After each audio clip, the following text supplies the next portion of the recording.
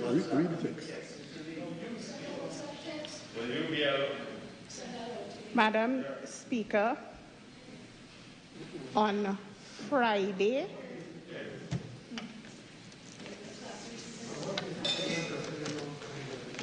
Madam Speaker, on Friday, the member did ask, and we did say it would be the usual 45 minutes. However, Madam Speaker,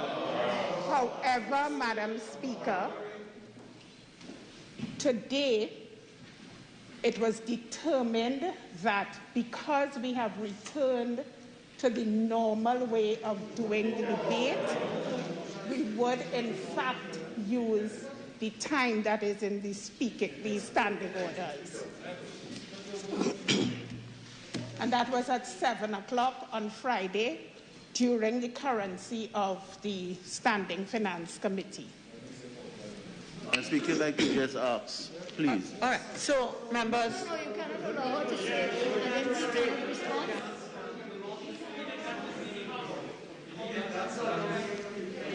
Members, I'm on my legs. I allow the leader to respond to something that you have said. This is not what our main business is about. We have already taken the vote. Let's get on with the business that we've given. Minister of Finance. Yeah.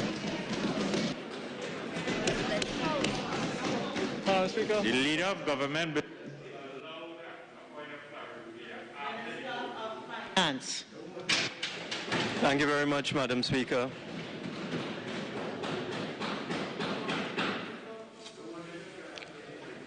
Madam Speaker, before I begin, could I ask you to ask honourable members opposite to lower their voices, please? I beg to move the following motion standing in my name.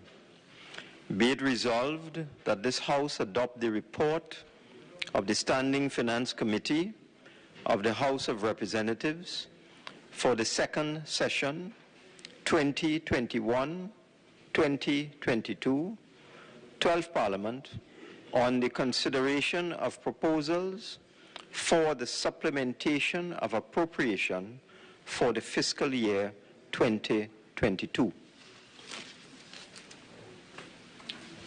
Madam Speaker, my presentation today will be in two parts, and I'm a bit surprised that something as important as the mid-year review would be of so much disquiet to members opposite, such that they would want to limit my speaking time. I think the public wants to know what is happening with the economy of Trinidad and Tobago. So, Madam Speaker, let me deal with the first part, which is the supplementation of the appropriation. The Standing Finance Committee of the House of Representatives met on Friday the 13th of May and agreed to a supplementary appropriation of $3,081,703,900 for the financial year 2022 in order to fund urgent and critical recurrent and capital needs to September the 30th, 2022.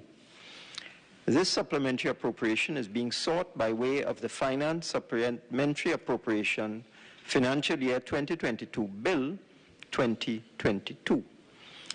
The details of the proposed changes were circulated to all members of the Standing Finance Committee and discussed at the meeting on Friday, May 13th, where clarification was sought with respect to some of the increases to the appropriation for fiscal year 2022.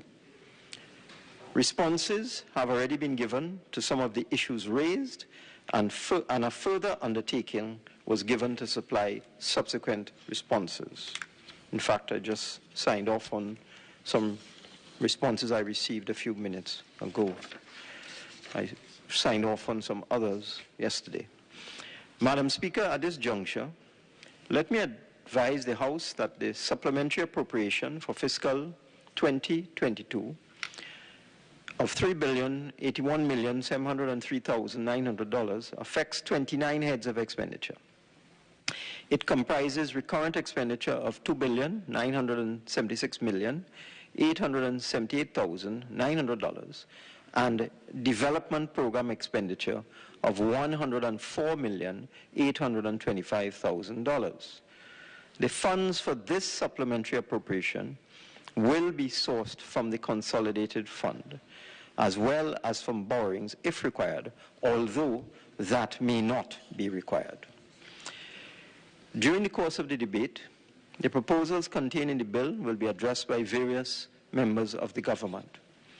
However, to summarize, the supplementary appropriation of $3.08 billion affects the following heads: 03, Judiciary; 04, Industrial Court; 05, Parliament; 06, Service Commission; 08, Election and Boundaries Commission; 09, Tax Appeal Board; 11, Registration, Recognition and Certification Board; 12, Public Service Appeal Board; 13, Office of the Prime Minister; 15, Tobago House of Assembly; 16, Central Administrative Services Tobago; 17, the Personnel Department; 18, Ministry of Finance; 22, Ministry of National Security; 23, Office of the Attorney General and Ministry of Legal Affairs; 26, Ministry of Education; 28, Ministry of Health; 37, Integrity Commission; 39, Ministry of Public Utilities; 40, Ministry of Energy and Energy Industries; 42, Ministry of Rural Development and Local Government; 43, Ministry of Works and Transport; 61, Ministry of Housing and Urban Development; 67, Ministry of Planning and Development; 75, the Equal Opportunity Tribunal; 77, the Ministry of Agriculture, Lands and Fisheries; 78, the Ministry of Social Development and Family Services; 79, the Ministry of Sport and Community Development; and 80, the Ministry of Tourism, Culture and the Arts. In this supplementary appropriation, Madam Speaker, the government has recognized that because of issues with respect to revenue, particularly as a result of the pandemic and the collapse of oil prices several years ago, and also again in 2020, the government has recognized that there are substantial arrears of payments due to a number of suppliers and contractors. So in this supplementation, the government is taking the opportunity to deal with some of the arrears, some of the backlog of bills from suppliers, and so on. In particular, I can say that in the supplementation, the revenue has been affected by a conscious decision to increase the quantum of VAT refunds that will be made available to VAT-registered businesses. The revenue figure for value-added tax is a net figure.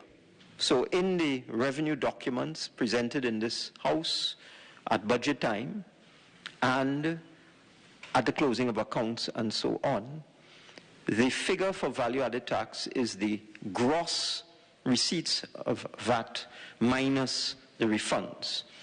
So once you accelerate the refunds, the VAT revenue total, the net total, decreases. And therefore, in our revenue figures for 2022, our revised revenue figures, as a result of increased revenues from higher oil and gas prices and a general recovery in most sectors of the economy, we have decided to increase VAT refunds for the period, we have already started, for the period April to September 2022 in the amount of $1.6 billion, Madam Speaker.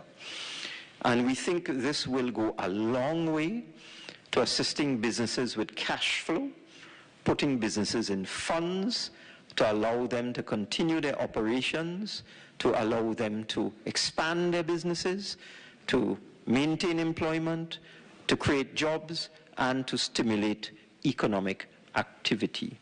So one of the areas of increased activity will be an increase in the proposed VAT refunds over the period April to September 2022 of $1.676 billion in VAT refunds. Additionally, Madam Speaker, the government had generated a surplus on the sale of petroleum fuels in previous years because of the seriously depressed prices of oil at certain times of previous years.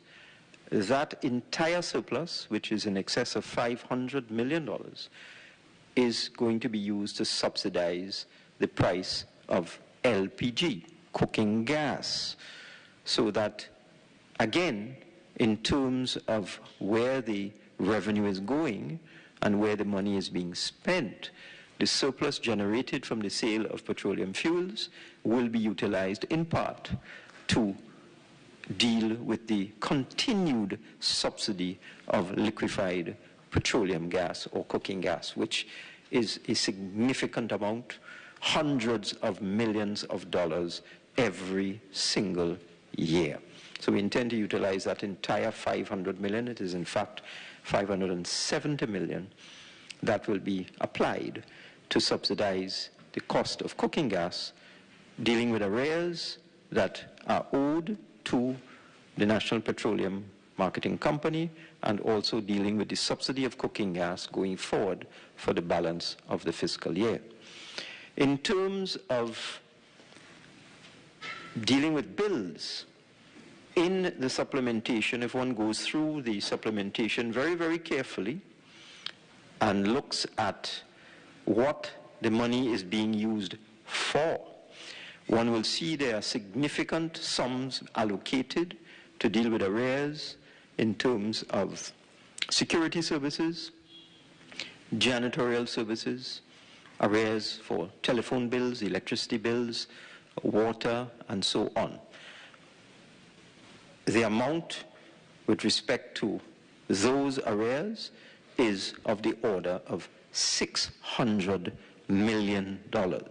So contained within this $3 billion supplementation is an amount of $600 million to deal with arrears for rent, water, electricity, telephone, janitorial services, and security services. And again, this will go a long way to putting quite a few small businesses in funds and generating the necessary cash flow for them to maintain employment and also grow and generate economic activity. If I now very briefly go through the heads, it's contained in the report of the explanations are contained within the report of the Standing Finance Committee, which all members have received. But if I briefly go through it, we've already dealt with these issues, but I think it's important to let the public know what money is being spent on. So the judiciary, as a result of expansion of its services, requires an additional sum of $30.3 million to facilitate payment to contract officers in this fiscal year. With respect to the industrial court, the total sum of $7.9 million is required to pay traveling and upkeep allowances, to pay arrears to TNTech, TSTT, to pay for rental of accommodation, to pay salaries to contract officers, to meet arrears owed to NIPDEC for building management services, to meet the cost of janitorial and security services up to September 30th, 2022. And most importantly, this is another significant element within the supplementation to enable the payment of gratuities to persons who would have completed their contract appointments during fiscal 2022. And the allocation for gratuities across the board also runs into several $1 million. The Parliament will be given an additional $4.1 million, again to facilitate the payment of gratuity to persons who have successfully completed their contract appointments and those who will complete their contract appointments in fiscal 2022.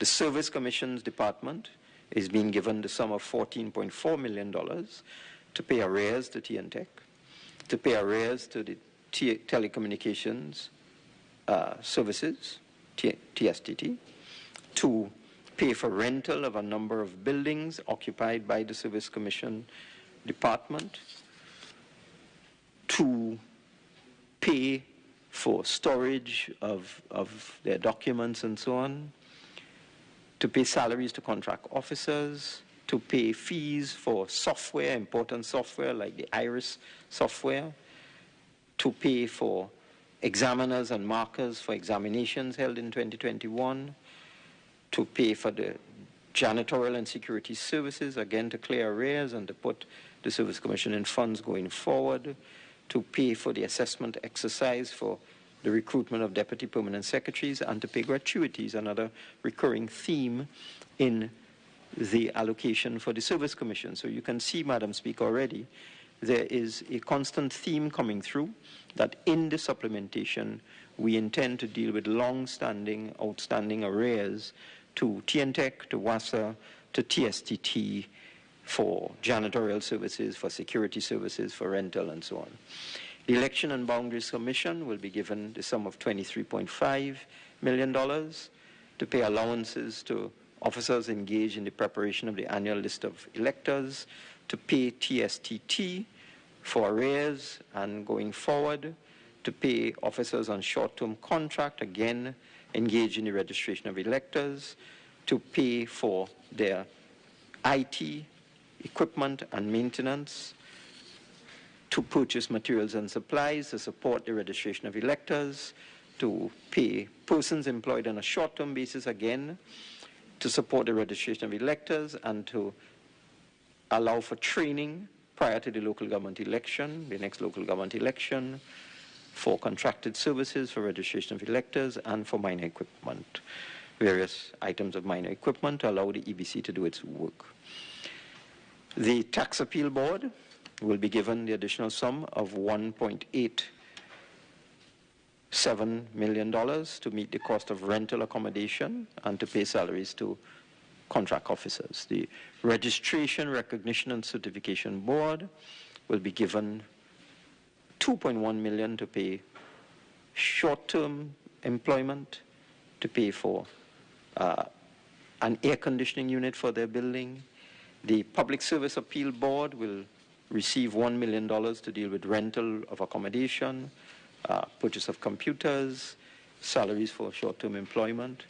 In the Office of the Prime Minister, funding of $59.96 million is being provided to facilitate the payment of fees for the Commission of Inquiry into the land acquisition process carried out by NIDCO under the previous government for the construction of the Solomon Ho-Choi Highway extension, something that is very important. We all need to know what happened with land acquisition for the Solomon Ho-Choi Highway. To also enable the National Security Council Secretariat to meet its expenses, to pay contract officers in the Gender Affairs Division, and again, a recurring theme, to pay arrears to TNTech, TSTT, salaries for short-term employment, office equipment, contributions to children's homes, non-profit institutions in Dominic's Children's Homes, in Jude's Home for Girls, the Children Authority, getting the bulk of this funding here at $22.4 million to assist the Cyril Ross Home with $500,000, and to provide for maintenance services for a building occupied by the Office of the Prime Minister. The Tobago House of Assembly has been given $60 million to pay overdue debts to the National Helicopter Services, to pay arrears owed to TNTech.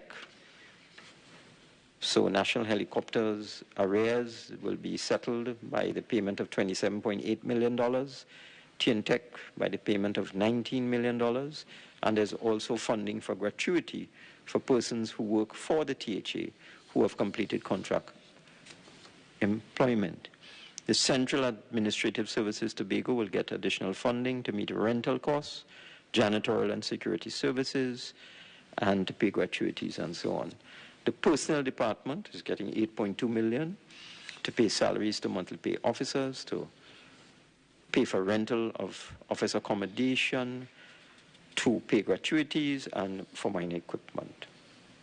That's the recurrent expenditure for the personnel. And under the development program, the Personnel Department will be receiving the sum of $1.5 million to fund the development of the human resource capacity of the department and other training needs of the department, to review the Public Service Employee Assistance Program, and also to outfit the building that the CPO currently occupies at Alexandra Street. The Ministry of Finance will receive $225.96 million to enable the ministry to provide funding to the Ministry of Trade and Industry to pay value-added tax for the contract for the Phoenix Park Industrial Estate, plus $25.9 million associated with other costs for the construction of the Phoenix Park Industrial Estate, most notably claims made by the contractor for delays caused by the COVID pandemic and for other reasons. The Ministry of Finance will also be facilitating the acquisition for the Ministry of National Security for use by the Immigration Division of a property located at 32 St. James Street, San Fernando, to accommodate the South Office of the Immigration Division, and this is a TSTT property that was on the market. There's also $100 million to capitalize the proposed secondary road rehabilitation and improvement company. National Security is getting $206.9 million to cover shortfalls in allocations for officers within the fire service and the prison service, to pay allowances to these officers, to pay arrears of traveling and subsistence to officers in the Immigration Division, to pay TNTech, again the recurring theme, and TSTT in the sum of $9 million for TNTech and $14 million for TSTT, to facilitate the maintenance and repairs of vehicles for the various elements of the protective services, to fund the transit police unit, to meet again arrears, a recurring theme, owed to MTS, for janitorial services in the amount of $6 million, to meet arrears owed to MTS again for security services in the amount of $19 million, to facilitate the purchase of food for the prisons and the Defense Force, and also to facilitate the purchase of bulk fuel for all of the vehicles and vessels of the national security system in the amount of $11 million.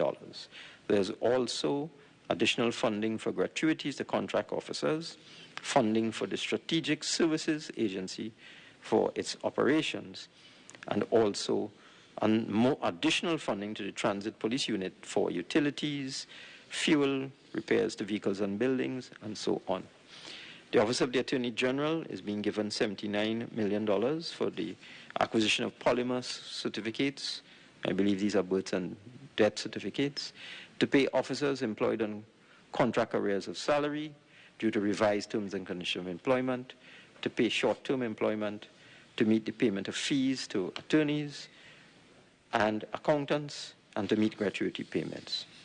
Under the development program, the Office of the Attorney General is getting a further $16.5 million for their information management system at the Registrar General's Department, dealing with the land registry, companies registry, and so on.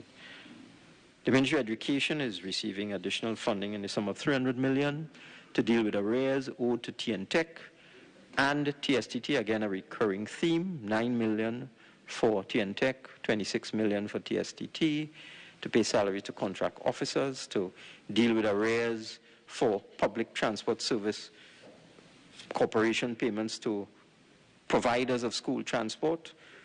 This will deal with that issue, which I have observed has been in the news recently.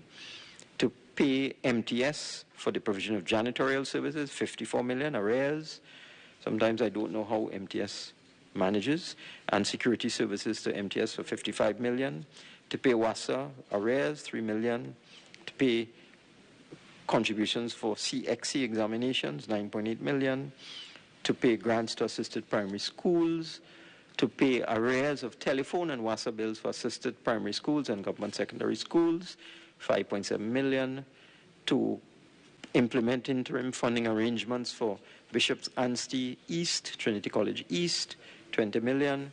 Payment of gratuities for persons who completed their contract employments, to pay for school meals for term 3 of the academic year, a significant sum of $44 million, and other payments. The Ministry of Health is getting $362.88 million to facilitate the acquisition of COVID-19 vaccines for children and adults, for the continued engagement of global medical response, for the operations of the National Ambulance Service, to pay salaries and allowances for our very hard-working healthcare workers in the RHAs, and to meet some loan payments. The Integrity Commission is being given $350,000 to pay salaries for short-term employment.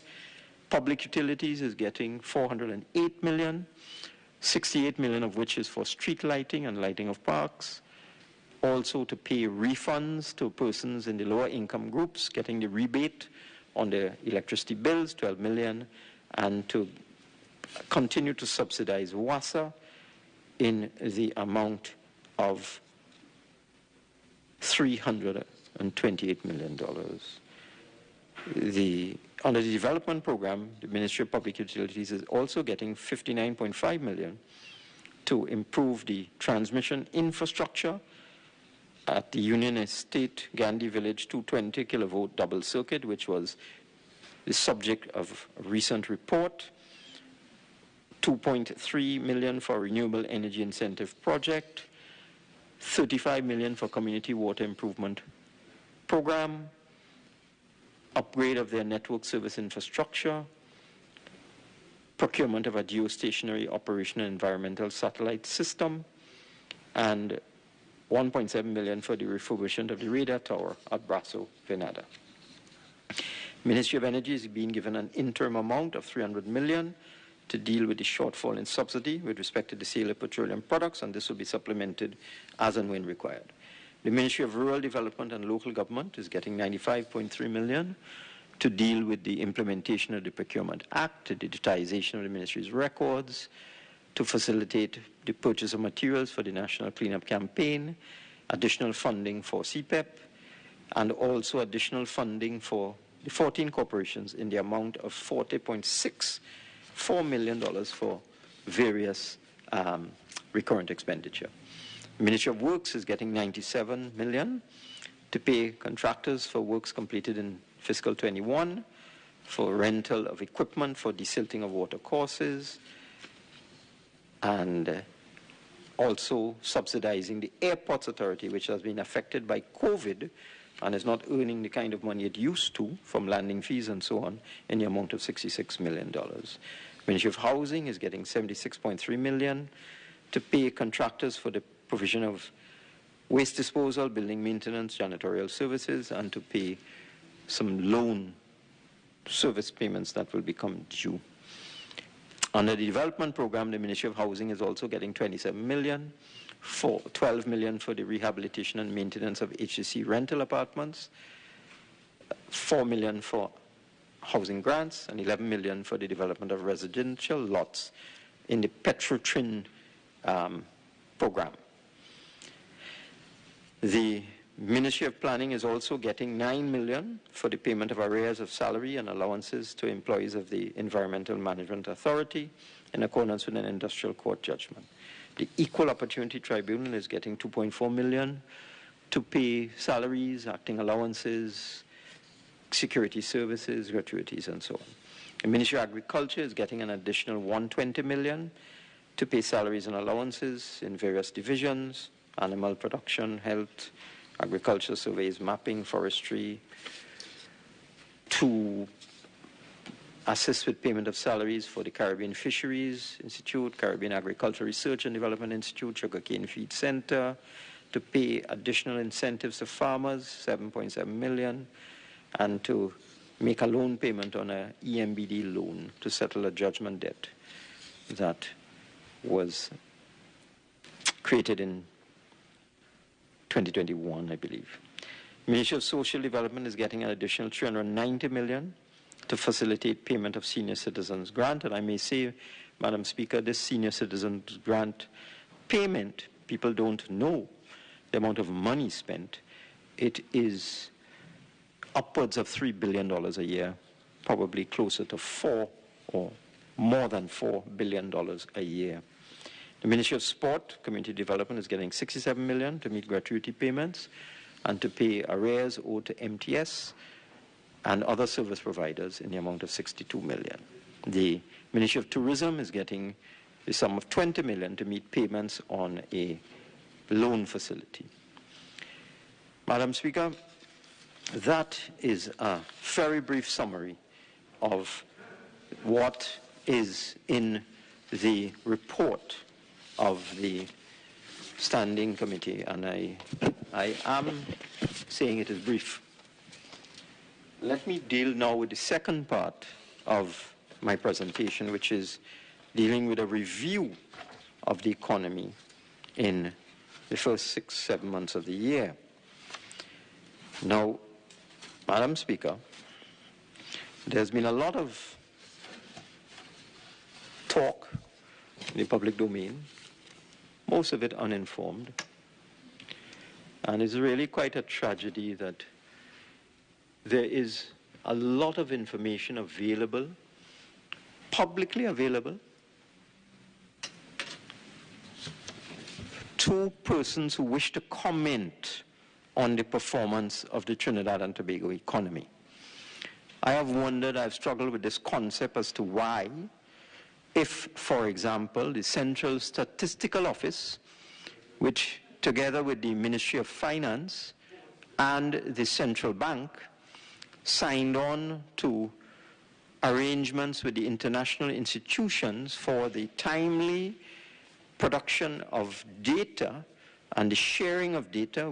This country has signed arrangements with the IMF and other international institutions to provide timely statistical data and make it publicly available. And the Central Statistical Office is now routinely publishing detailed information on its website with respect to our gross domestic product and other important statistical data. What bothers me is that not one of the commentators in the public domain, not one of the economists who like to talk a lot, not one of the persons who like to write in the newspapers frequently has bothered to go to the CSO website and check the data and educate themselves on what is really happening to the Trinidad and Tobago economy. And really that is a tragedy. There is so much uninformed, inaccurate commentary outside there. It's very disappointing. So let me just say, for the benefit of those who care to check it out, you can go on the CSO website right now and you will see what is called actual data, because we have two types of data in Trinidad and Tobago. We have estimated data, preliminary data it's also called, and we have actual data when the CSO has done its revision, done its reviews, double-checked its information. They then publish figures called actual figures. And if you go on the CSO website right now, you will see the CSO has published actual data for the first 3 quarters of 2021, and I am reliably informed that they will publish actual data for the fourth quarter of 2021 in the very near future. But if you look at what is already outside there, you would see a completely different picture from what we are hearing about and reading in the newspapers. Now, the 2022 budget projected an overall fiscal deficit of 9.095 billion, or 5.81% of GDP. For the purposes of administration of the budget, an overall deficit of 4,754 million was projected for the period 1st of October 2021 to the 31st of March 2022.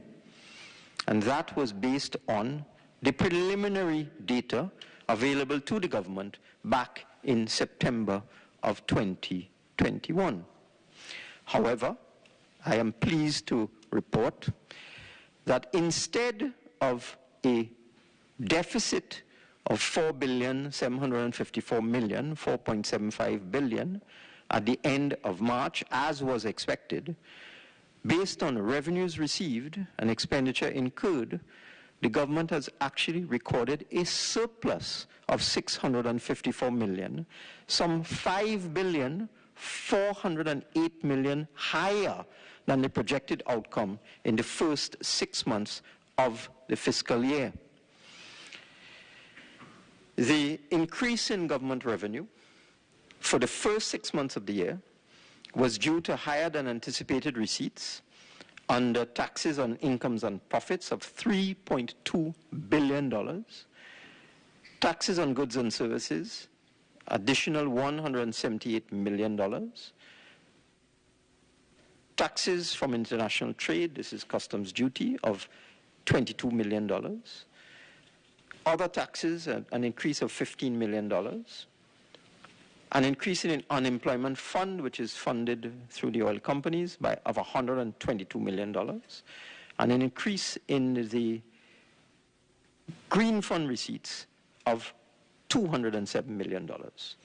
These increases were partially offset by lower than projected receipts from non-tax revenue of $604 million.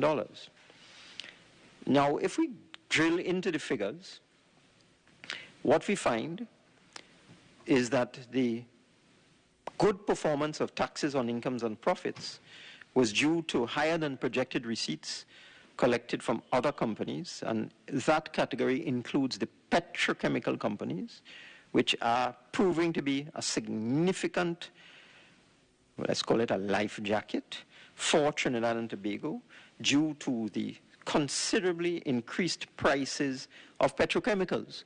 For those of us who monitor these things, one would see that the prices of petrochemicals, ammonia, methanol, urea, etc., have doubled, tripled, and quadrupled over the last couple of years. And the taxes from the petchem companies is a direct correlation with the prices of the end product, the petrochemicals, the methanol, and so on. So we've had a significant boost from the petchem sector. We also had a spillover in October of some of the amnesty payments received in fiscal 2021, because we took it past September 30th into the first part of October 2021. We got an additional tax amnesty payments in that month of $43 million. From oil companies, we've received an additional $1.17 billion, mainly attributed to an increase in the prices for oil and gas, and also payments from companies under production sharing contracts, which have totaled $25 million for supplementary petroleum tax and $310 million for petroleum profit tax. We've also received additional sums in withholding tax, $97.6 million, due mainly to increased collections from both the energy and non-energy sectors.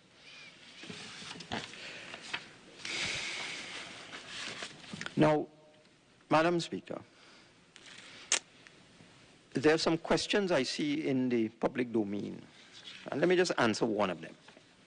I saw a particular individual wanting to know what the government is going to do with the extra money it is receiving.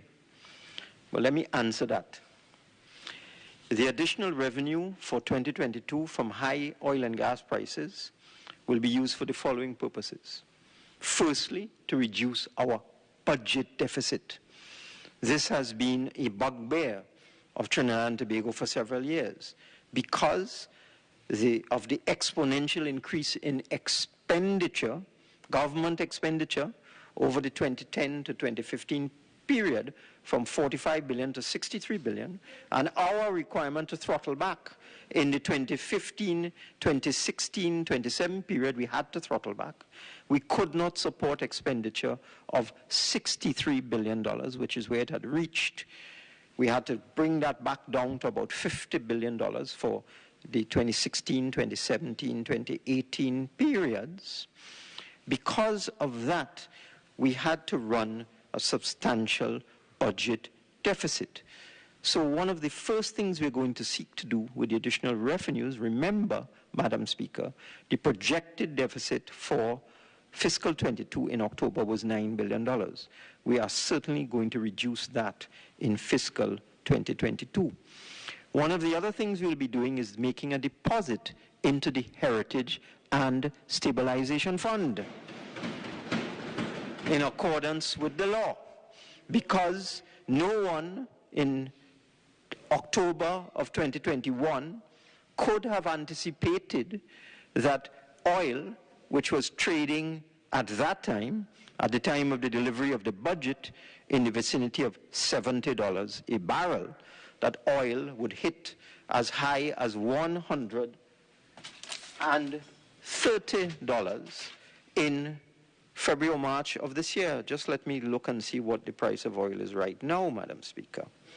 As I speak today, the price of oil, Brent, is $113.69, and WTI is $113.61.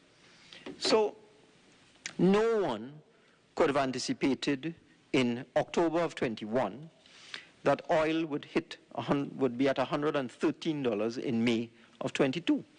So that the way the Heritage and Stabilization Fund formula works is that it is calculated based on a quarter-on-quarter basis. It's a post facto calculation. One looks at the estimate of revenue, one looks at the actual revenue, and if the actual revenue is more than the estimated revenue, you have to deposit 60% of the surplus into the Heritage and Stabilization Fund. And as a responsible government, we will be doing precisely that in US dollars too. So that is the first thing we're going to be doing with the additional revenue, reducing the budget deficit and also depositing into the Heritage and Stabilization Fund, which is a legal requirement. This will improve our standing with credit rating agencies and will mitigate the possibility of a downgrade. The other most important thing that we are doing, as I have referred to in my first part of my presentation, we intend to clear arrears owed to utility companies for water, electricity, and telephone, and to pay long outstanding arrears to companies providing janitorial and security services, and to pay long outstanding arrears of rent to persons who provide accommodation throughout the public sector. As I indicated, it totals some $600 million dealing with these arrears. It will assist the Water and Sewerage Authority, TNTEC, TSTT, and the small companies that provide janitorial and security services, and let's not forget MTS, no end in terms of dealing with their cash flow. Thirdly, as I indicated, we're increasing the quantum of payments of VAT refunds in the amount of $1.6 billion. I expect to pay $4 billion in VAT refunds in all of 2022. But the additional amount is $1.6 billion. This will help businesses with their cash flow. We also intend to pay outstanding gratuities. There's a complaint among contract workers that quite often they have to wait a long time to get their gratuities at the end of the contract. So again, if you go through the supplementation, you'll see substantial sums, millions of dollars, for the provision of payments of gratuities to contract workers.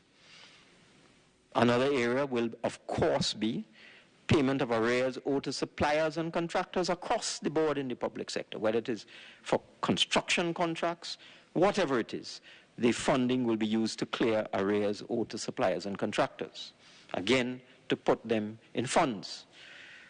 Another use of the funds is for the increasing demands for social welfare payments, because notwithstanding the best efforts of the Ministry of Social Development, we have an aging population, and therefore the numbers of persons who continuously qualify for senior citizens' pension is increasing.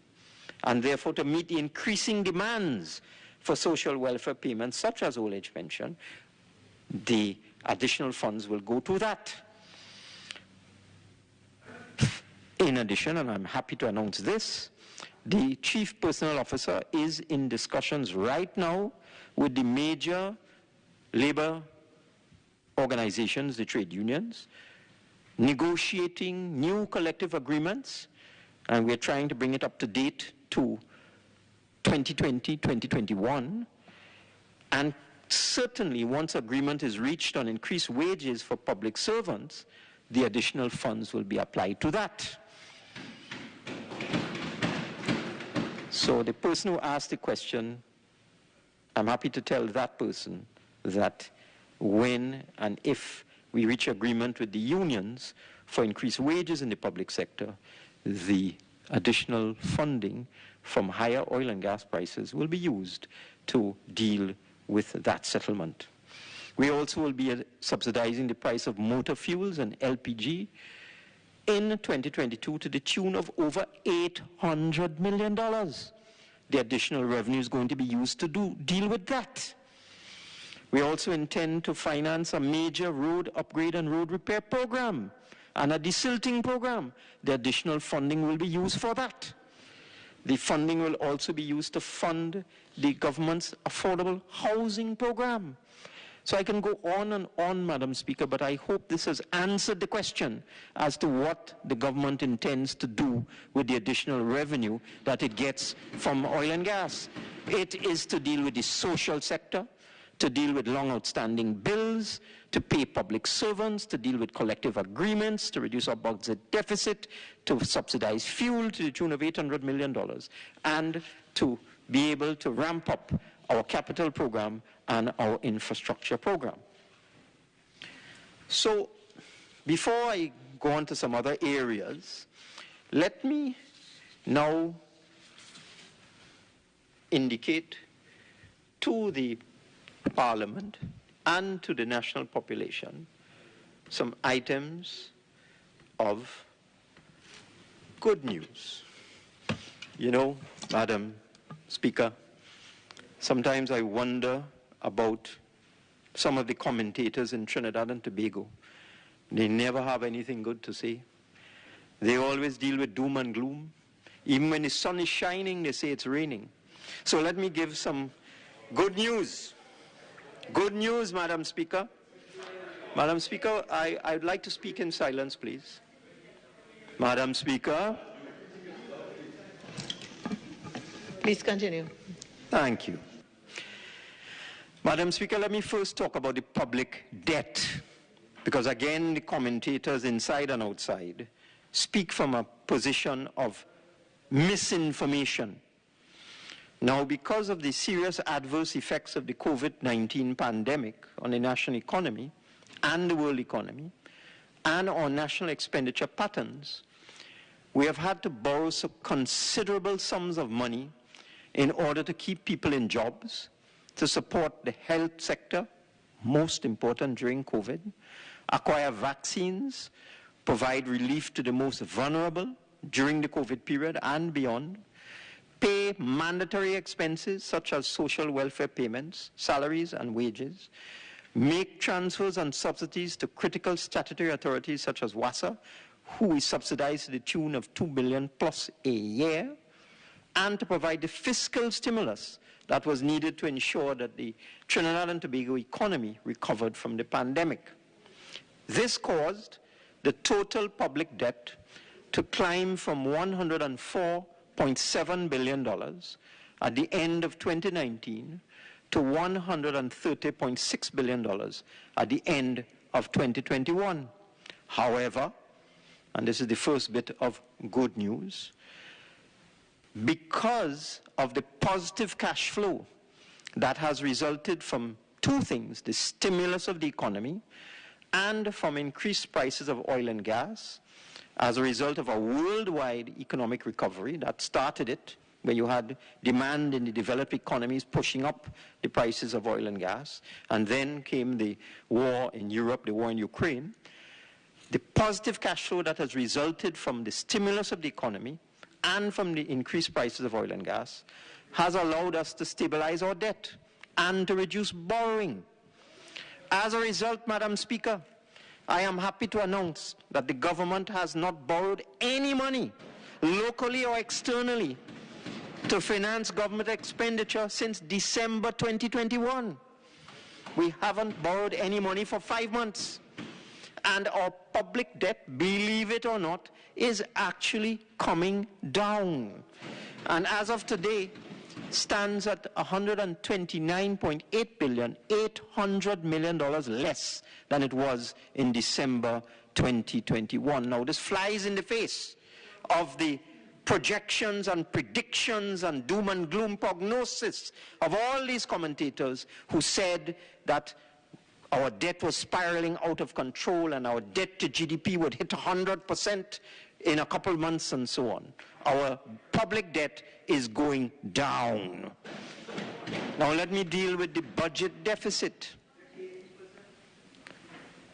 Based on the projected pattern of income and expenditure in fiscal 2022, it was estimated, as I just mentioned, that the fiscal deficit at the end of April 2022 would have been $5.7 billion.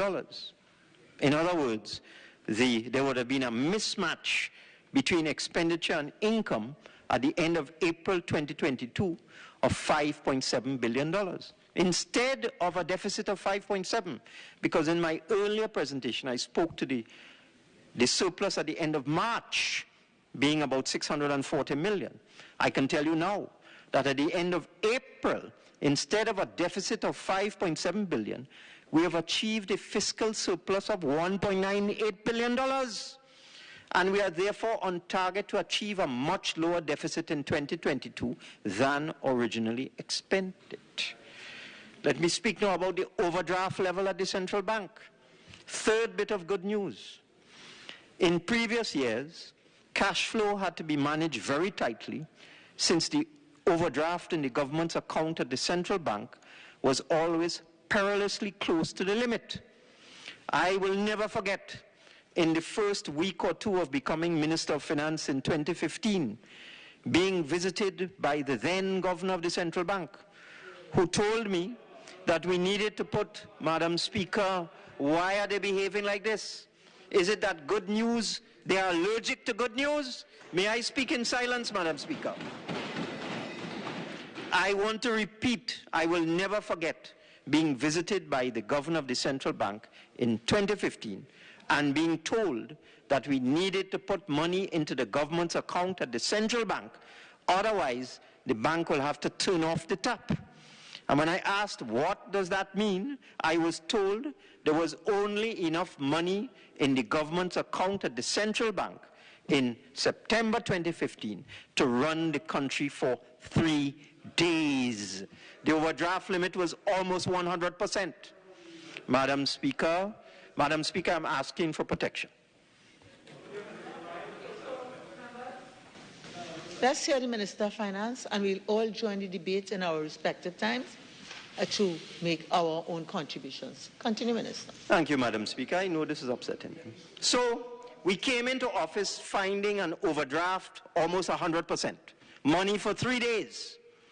And since then, because of the collapse of oil prices in 2016, because the expenditure profile was much more than the income being generated by the government, we've always been perilously close to the overdraft limit. Madam Speaker, we in the Ministry of Finance, we get reports on the overdraft situation at the central bank every single day. And for months, years, I have always had to have discussions with the senior public servants in the Ministry of Finance about the overdraft, because I would call the permanent secretary and say, are you seeing the overdraft? It's 92%, 93%, 97%. Can we pay wages at the end of the month? And I want to congratulate and thank the public servants in the Ministry of Finance, because even though we were managing an almost impossible situation, we always managed to pay salaries and wages in the public sector with an overdraft running at 80%, 90%, and so on. And at the end of the month was the most difficult period, because that's when the $2 billion public sector wage bill kicks in. And the beginning of the month is when the $400 million old age pension bill kicks in. So it has always been extremely difficult to manage cash flow. And for those who don't know, and those who pretend not to know, we can't cross over the overdraft limit. If we try to go over the overdraft limit at the central bank, the government's checks will bounce. So for those who don't know, we actually have an overdraft limit. However, I am very pleased to inform that with the improved cash flows for the last several months, our overdraft level has been coming down progressively. And as of today, the 16th of May, believe it or not, Madam Speaker, our overdraft limit is down to 50%. A level I have not seen for years. 50%. Imagine that, Madam Speaker. We've been trying to manage expenditure with an overdraft of 85%, 95%, having to shut down payments, having to pay only mandatory payments. We now have an overdraft. In fact, this morning it's 49.8%. Now we come to debt to GDP, the fourth bit of good news. Now, at the time of the budget presentation in October 2021, using preliminary data given to us by the CSO, because by then, or at that time, the Central Statistical Office was not yet up to speed in terms of improving the delivery and accuracy and timeliness of data, but it has dramatically improved over the last 6 months or so. So at the time of the budget presentation, preparations which were in August and September, leading to the budget presentation in October, when we printed the budget documents, we estimated our debt to GDP ratio for 2021 to be 87%. And this was calculated, Madam Speaker, on total public debt at the time of $130 billion. Madam Speaker, there's a murmur on the other side. Listen to me. Members, could you all kindly control your volumes? I think we all want to hear the Minister of Finance. And you know, on both sides, please control your volumes. Thank you very much. This is very important information, because it defeats the old talk that's out there in the system. So our debt to GDP for 2021, estimated at the time of the budget preparation, was 87%. And that was based on public debt of $130 billion and estimated nominal GDP of $151 billion. And that was based on preliminary estimated data from the CSO, which was only good up to the second quarter of 2021. However, as I've indicated, consistent with our commitment to the international agencies to improve the timely publication of data, particularly production data, the CSO recently published on its website the actual GDP data up to the third quarter of 2021. Based on these actual third quarter figures, it has become apparent, and these are actual or real as compared to estimated, based on the actual figures for the third quarter of 2021, our nominal GDP was much higher than originally estimated. It is now confirmed that our GDP for 2021 was not 151 billion. It was 170 billion, Madam Speaker. So with a total debt to GDP of 130.6 billion at the end of 2021, this means that the debt to GDP ratio in 2021 was in fact 77%, not 87%, or 10% less than our previously estimated debt to GDP ratio. But it gets better. The nominal GDP in 2022 has continued to improve because of the increased cash flows. It is now estimated that our GDP is $180 billion, Madam Speaker, which gives our current debt to GDP ratio, as of today, the 16th of May, as 72%, making our debt to GDP ratio 15% less than estimated in the budget documents. Now, this debt to GDP ratio of 72% is extremely manageable. This is one of the best debt to GDP ratios in the world, Madam Speaker, at this point in time. One of the best. If you look at countries across the world, in developing countries, emerging economies, developed countries, Madam Speaker, all of their debt to GDP ratios are in the vicinity of 100%. If you look within the Caribbean, the debt to GDP ratio of Barbados, for example, is 150%. If you go through the Caribbean and look at all the other islands, it's in the range of 100%, 110%, 120%. We in Trinidad and Tobago now have a debt to GDP ratio of 72%, Madam Speaker.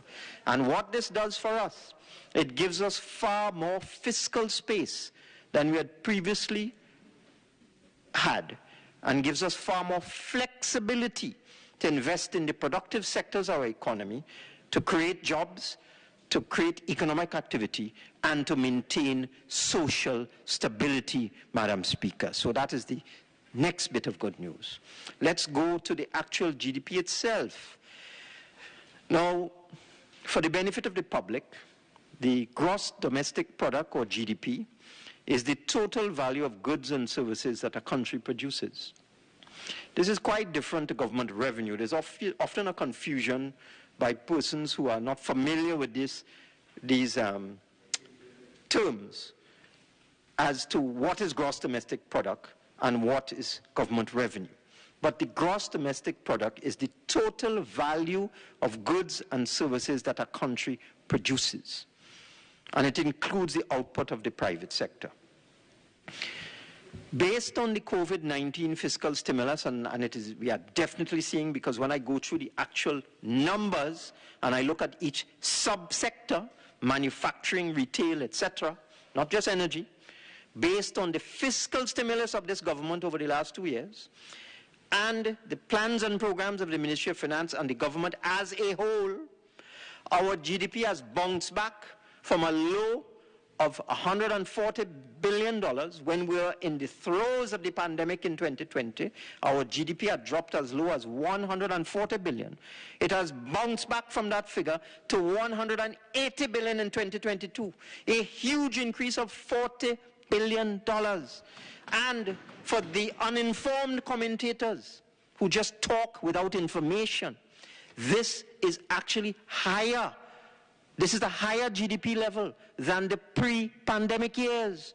Our GDP is now higher than it was in 2018 and in 2019, Madam Speaker. So that is the next bit of good news. And we intend to put this increased GDP to use for the benefit of the people of Trinidad and Tobago. That is your caring People's National Movement government, Madam Speaker. So, if I look, I actually printed out, Madam Speaker, I went on the CSO website and I printed out the details of GDP on the CSO website. This is not my data. This is CSO data, Madam Speaker. And if you look across the board, you look at all the sectors, mining and quarrying, manufacturing, food and beverages, petroleum and chemical products, transport and storage, construction, real estate, professional services, financial services, and so on and so on. If you look at the data that's presented there, you are going to see a recovery in almost every single sector of the economy because of the work of this PNM government, Madam Speaker. So I urge those who like to talk, like to say all kinds of things, go and inform yourself. Go and inform yourself. So, Madam Speaker, we expect after we increase our VAT refunds, as I said, that decreases revenue, but it puts more money in the people's pockets. After we subsidize fuel and LPG and so on, we expect, Madam Speaker, that the additional revenue, because it's difficult to predict, because one cannot predict oil and gas prices.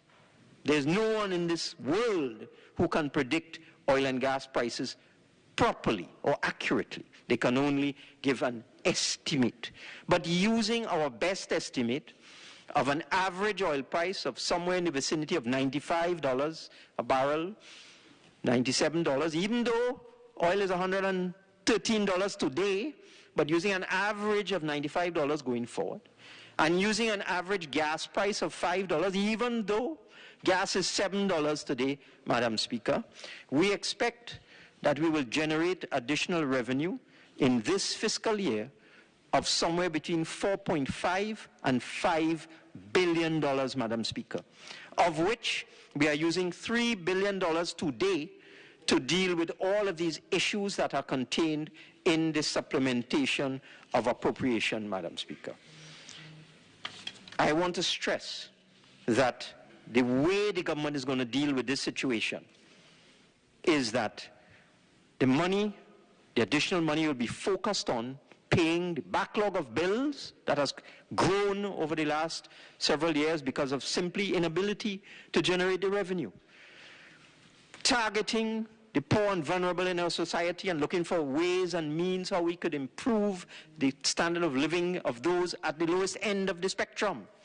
Dealing with our infrastructure, dealing with collective agreements for public servants, subsidizing fuel, driving the productive sector in terms of productive investments, Madam Speaker, reducing our budget deficit, improving our status and our standing in the international community and with the credit rating agencies, which has a tremendous benefit, because if your credit rating improves, then the cost of borrowing is reduced. You can borrow at a lower rate, and therefore debt service goes down, and it helps the government all around. So, Madam Speaker, having given this very, very brief presentation,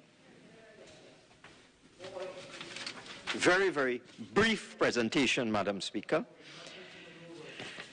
I understand members opposite are very unhappy to hear that our debt to GDP ratio is now 72%.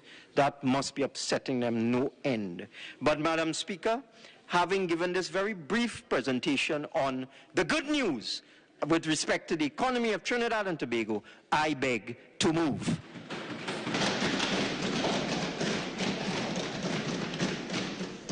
Honourable members, I will now propose the question for debate. Be it resolved that this House adopt the report of the Standing Finance Committee of the House of Representatives for the second session, 2021-2022, 12th Parliament, on the consideration of proposals for the supplementation of appropriation for the fiscal year 2022. Member for Superior.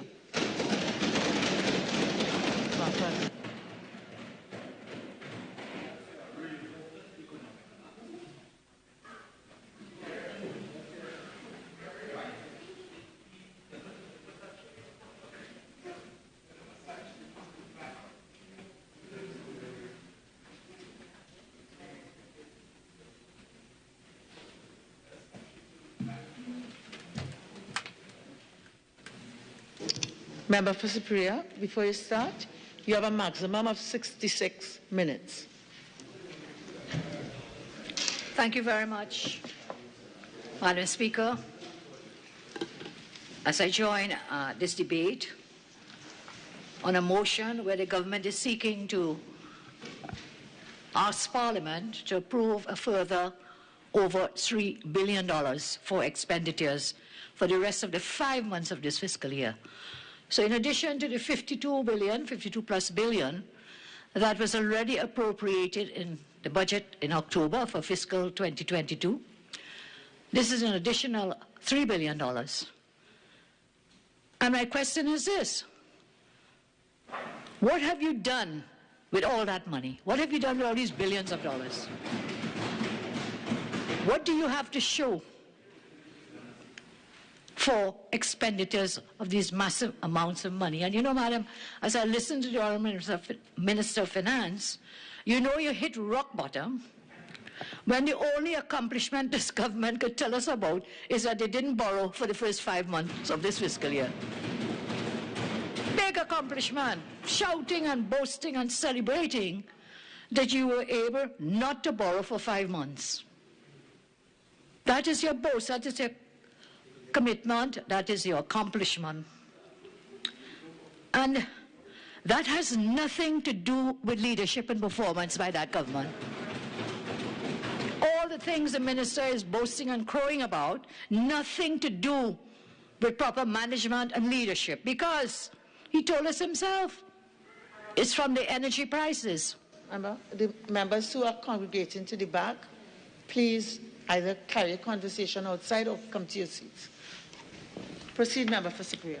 Thank you, Madam. And so nothing to do with performance and management and so on, has to do with the higher energy prices. And now the question is this: after the war in Ukraine, after these prices go back to normal, what will you do? What will you do?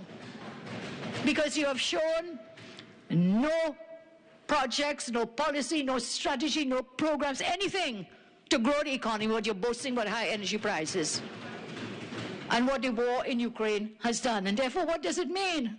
When that is over, what will you then do? Will you go back to raiding the HSF?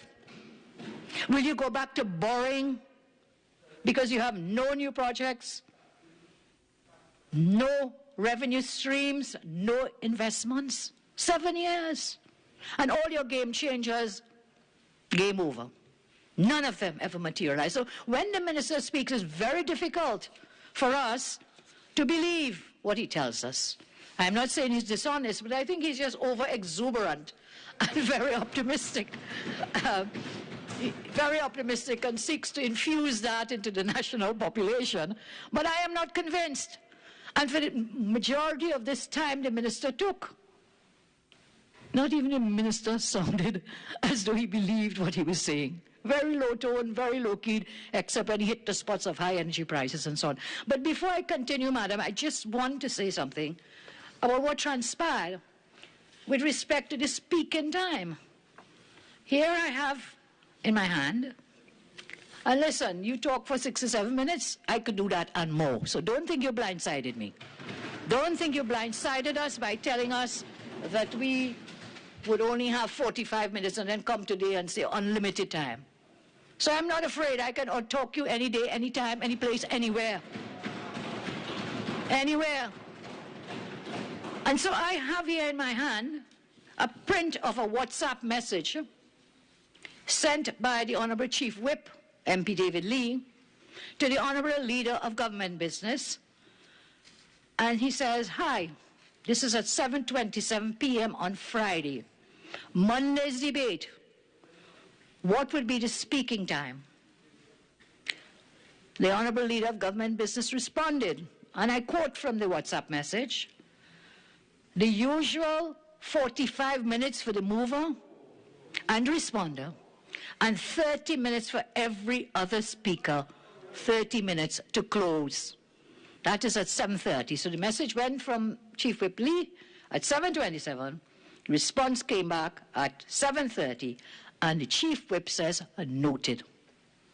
Now, this is a very important point, because when you look at the motion that was moved today to vary the speaking time, when the Honourable Leader of Government Business attempted to tell this House that, look, we've gone back to regular time, and therefore that's why it was determined that this will happen, as the motion was moved for change in speaking time.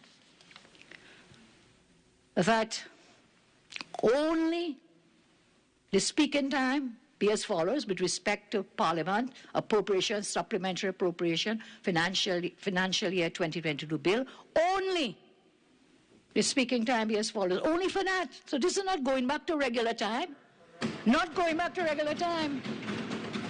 The motion was clear, it was only that the speaking time be as follows, finance unlimited. So you attempted in a way to blindside us by giving the wrong information.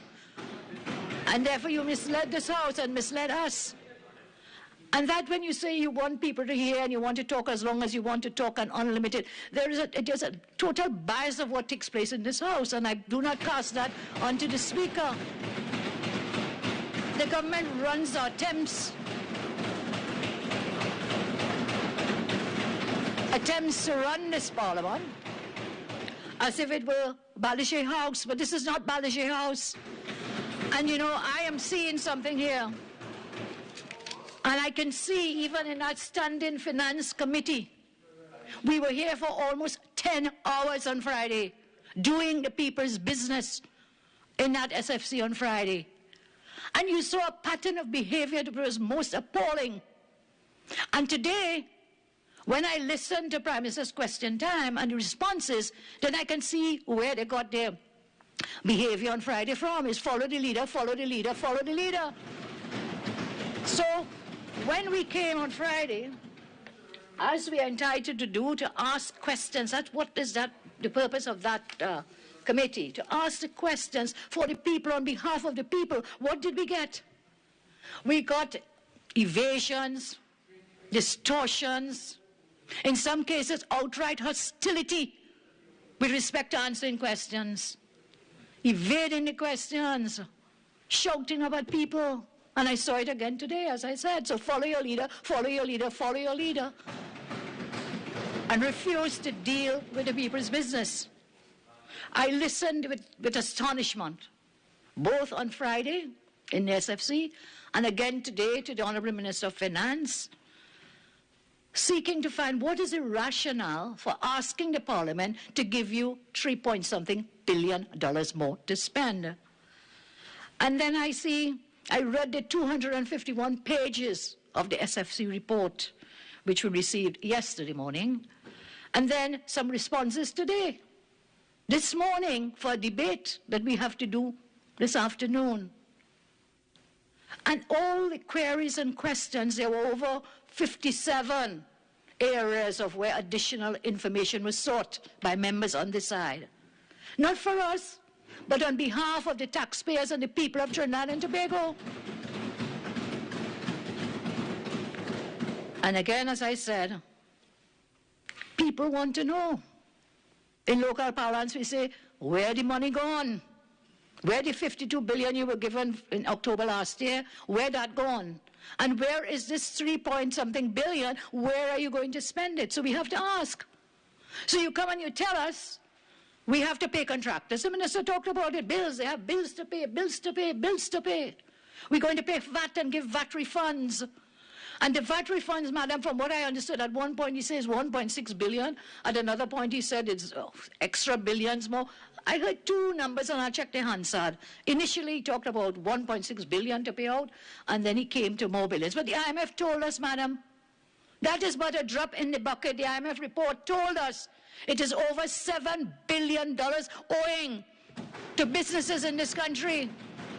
Over $7 billion. And that VAT payment goes backwards. It's not like they accrued in this year.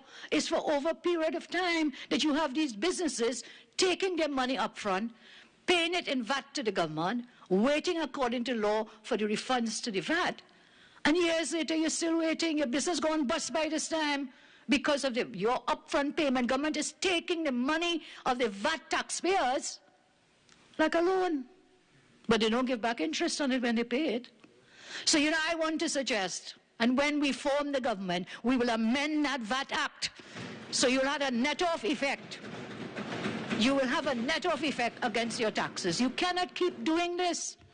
And this government has been the worst in using the money from the VAT people And these are small businesses, some big, some larger, whatever. It is a dangerous pattern of behavior in holding on to the VAT. So don't come to votes. You're going to recover the economy and boost the economy. You're going to pay all these VAT refunds. And then who are you paying it to? Whom? Right here in that SFC, we saw it with respect to a company. I think it was Beijing Construction, if I'm not mistaken. So if I may just find that the numbers there. Beijing Construction for the industrial estate to pay millions in VAT refunds. And when asked here, well, we'll find out what happened. Millions of dollars in VAT. Phoenix Park, E-Tech, VAT payment. Phoenix Park, VAT, E-Tech, VAT payment.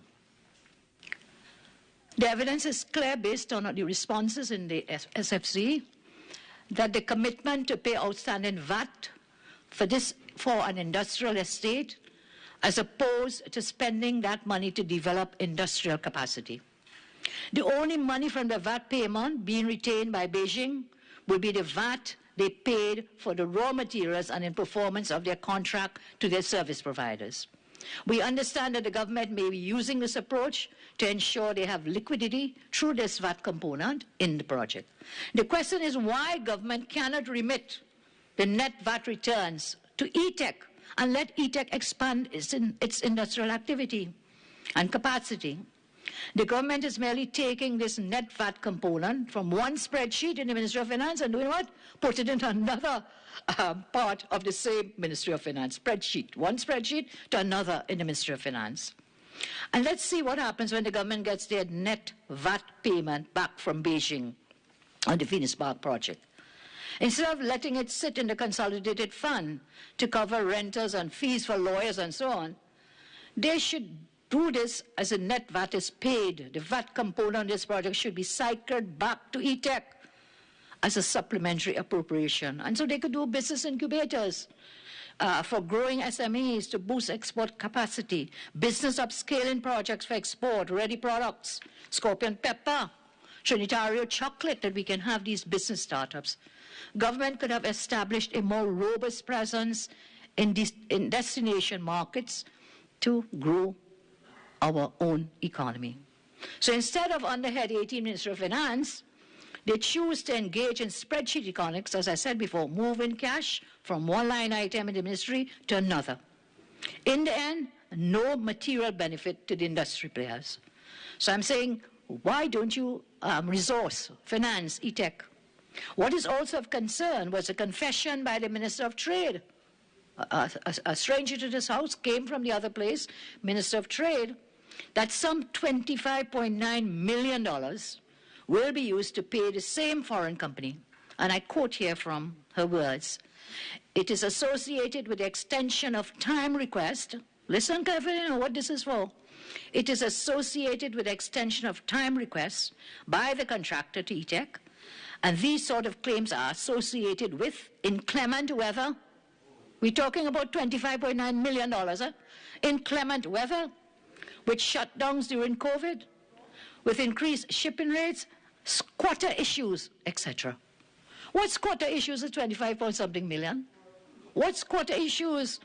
I wonder what squatter issues we are repaying for this 25-something million. I wonder what kind of inclement weather we are paying 25-point-whatever million dollars, man. And then you want to come here and boast you're paying VAT refunds and doing all these things when you have people in this country cannot put a plate of food on their table.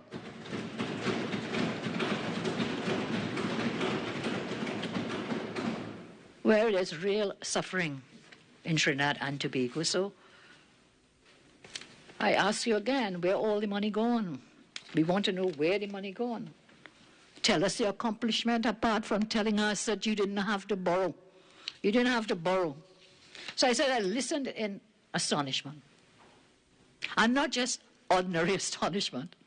I listened in abject astonishment, meaning my heart was so depressed, my soul, my spirit, when I see that in this entire $3 billion more you want to spend, nothing for people, nothing to help the ordinary people of our land, nothing. Nothing to create jobs. There's joblessness out there. Nothing to really help crime. I think MP Saddam on the national security, the increase for the SSA, and the minister couldn't tell us if one CCTV camera had been repaired. Not one, he couldn't tell us that. And then said he chose to answer that question in what? In silence. Minister, you should just go home in silence. Just go. Crime is such an all-time high. Cannot tell us when we came to the parliament, and this is not to use the death of one of our daughters of our soil, with the Andrea Barrett matter, when it came about the CCTV cameras, you know, not one camera going up there yet. And another body was found. Another body was found. I saw someone telling me the Prime Minister went up to a repo. Is a repo his place? To see a cow or some animals on a farm. He never went up a repo when all these daughters of our land, their bodies were found. Never find time to pass. But you're going up to see somebody, cow I think it was. I saw a picture. Maybe mistaken. What is your care for the children of this land? You drill up and dig up and put out yesterday a 25-year-old report. And then you're going back 25 years to look for Pandy, that he was in government. Out of those years, how many were you in government? What did you do with that report? What did you do? The famous Sabah, infamous Sabga report, what did you do? Coming down now, 25 years, witch hunting, when you, out of those the majority of years, you were in office. So look, no crocodile tears from that minister about his children's homes, you know. No going back 25 years. You are in charge now. Do something. Do something. Our children need to be safe. They need to be secure. We need justice for these children. So you come here for more money in the supplementary appropriation and so on. Up and I'm not sure if any of those recommendations in that report have been taken to heart. Take another 5 weeks. Take another 6 months. Task force again to do something else. And children are in dangerous positions there. And you come for these monies. The money is each of the homes. You're giving money to them. Hey, everything is not about money, you know. It is about getting these children into safe places now, not leaving them there until you can deal with whatever issues that your task force will come up with. And therefore, it is not for me to tell you what to do, but I can tell you what we will do when we form the government. I can tell you that. I can tell you we have a track record of what we did when we were in office. There is a track record, no amount of silly noises is going to help you escape. In every sector, we were able to bring a better quality of life, a better quality. My colleagues will share some of that, and why I'm raising this, madam, is because of the expenditure. You have spent X and Y amount of dollars, and still the children don't have their laptops. You have a prime minister boasting he get 32 or 42 or even 100 laptop. I would say, some people would say, not me. That's like a hypocrite, you know. It's like you're just showing off that you've given all these few laptops. What about all the other children, man? What about them? So you come here on the education for more money, not wanting about a laptop. Nothing in it. Anita is MP? Nothing. Nothing in education. Have you even built a school with all this money and you're coming for more? Have you even built a police station? You know, we built about 8 or 9 police stations. We built over 106 schools. We could show where the money was. You can see it, you can touch it, you can feel it. In economy, under the economy, we got $48 billion in FDI. What have you got? Under this government, we had minus FDI, over $10 billion. Zoops, pick up and fly away and went away. FDI outflows negative. And you come to boast that you can see clearly. You told us that years ago, you didn't say it today. But you say some people only see in doom and gloom even when the sun is shining. But Minister, the sun is not shining on our economy. All the vital signs of the economy are in trouble, every single one. No matter how you try to polish it up and put it out, every single one in the economy. And I know we are doing with the supplementary appropriation, Madam Speaker. But the minister went at large. The minister went at large. He spent the time reading out the certain heads and the amounts and then went to talk about public debt, to talk about GDP. So many other things the minister inserted in this, and he was not found irrelevant. He was not found to be out of the, on the track with the the matters being debated. No. He was allowed to do all of that, and therefore I'll respond to some of that. Member? Yes, ma'am. I'm sure you don't mean it, but there's an imputation in those statements. All right? So please watch it. Sure. The only imputation, madam, is not to the chair. It is to the Minister of Finance. That is it. Nothing to the chair of this Honourable House or to the Honourable Speaker of the House. And so we went into this, and again, the maths, not maths, and I said that last budget time. Once again, MP Anita had given me those words, maths, not maths, and she says the young people say. So when we look at the supplementary appropriation and so on, and in the Standing Finance Committee, we are not seeing the maths in, adding up. It's just not adding up. The majority of the additional allocation, Minister told us goods and service. But you know, one of the major pranks in the supplementary allocation, out of that $3 billion, 1.7 billion, that's the largest chunk of the money, is going towards current transfers and subsidies. Now, we saw Minister saying he's going to be paying, a lot of this is to pay bills, paying TNTech bills, TT bills, WhatsApp bills, rentals, and so on. But listen, all those things is from one arm of the state to the next arm of the state. That's not going to be helping people out there. And some of those things date back to 2018. Some of those bills they have been owing since 2018. And then you want to know WhatsApp running bankrupt. You want to know why TSTT is going bankrupt. These public utilities that you have not been paying your monies. And I never heard something so ludicrous.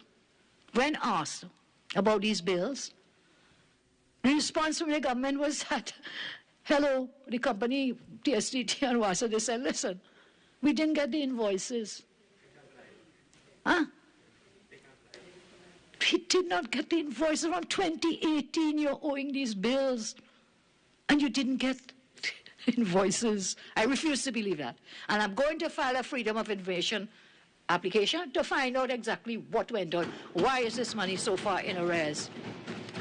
So a sort of deliberate underestimating in the last budget, and we see there, therefore the numbers not going.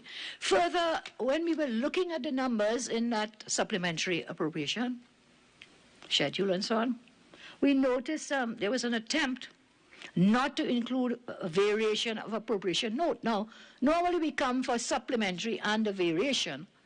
It is true that the Parliament doesn't have to approve it, but the Parliament has sight of the variations within a head. That never came, but yet the Minister was moving and is moving money that was approved for something else on a different line item from the last budget, and we don't know what those were unless when we looked at the number. But wait, that's not the number in the Yellow Book, in the estimates from last year. So this is like a slide, well, one cost imputation like that, but something is not right there, that you do not bring the variations. You get up and tell me, Member Mr. Barra, you know, you don't have to approve it, but the Parliament has to see it. When you move something from national security that was for CCTV cameras, for example, and you're putting it to paying rent for somebody building, but we need to know that. We need to see what your priorities are.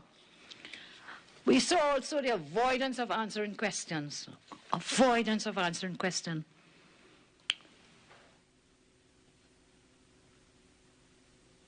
Now, if this was their own money, they're entitled not to answer. That's their own money, but this money here, their jobs here in a Standing Finance Committee is to provide the answers of what you're doing with the money. You don't have to come and throw a tantrum. Every time somebody asks you a question here, it's a tantrum, like little children, kicks in Parliament. I saw the Minister for Energy when being asked questions, which of course was under the office of the Prime Minister because he's a minister in the office of the Prime Minister. Tantrum, going in the review mirror, going back to 2010. You want to govern looking backwards in the review mirror? Is that how you want to run this country? Throwing the tantrum, buffing the people asking the questions. And again, why didn't the Prime Minister himself come to answer his questions under the office of the Prime Minister? The office of the Prime Minister, they're seeking an appropriation of several million dollars. Why didn't the Prime Minister come? And, you know, if he were here, he could have answered another question. The Honourable Member could have answered the question, when asked about this national secondary road, $100 million, we checked with the company's registry. First of all, there is no such entity registered in the company's registry. It does not exist. Here we are, however, being asked to approve $100 million for this non-existent entity. When asked in this parliament, so under which ministry would it fall? Well, that was trouble. Minister said, I don't know. That's the job of the Prime Minister. So why wasn't the Prime Minister here to answer those questions? Why?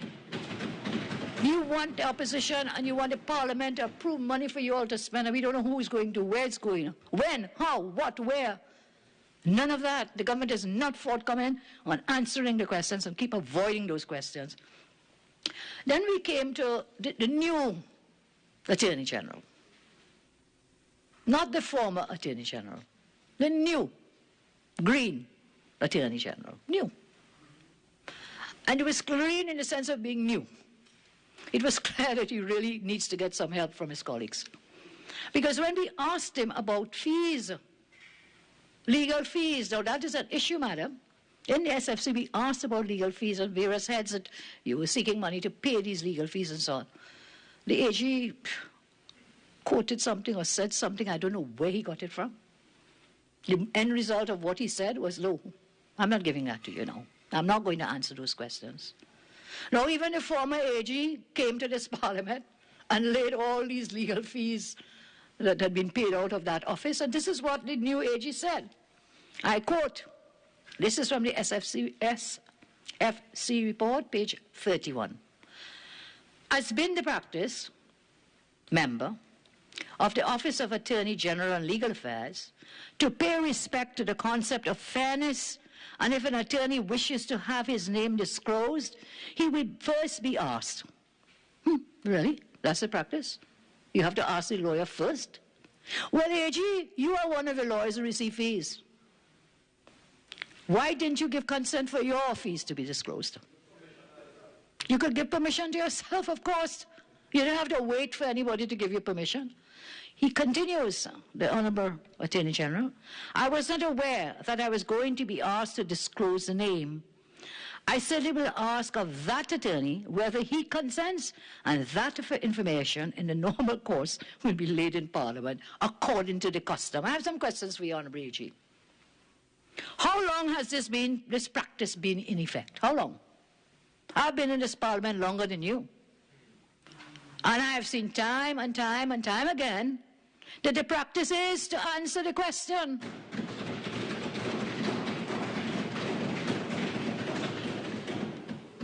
Who authorized this practice that you speak of? Certainly not your predecessor.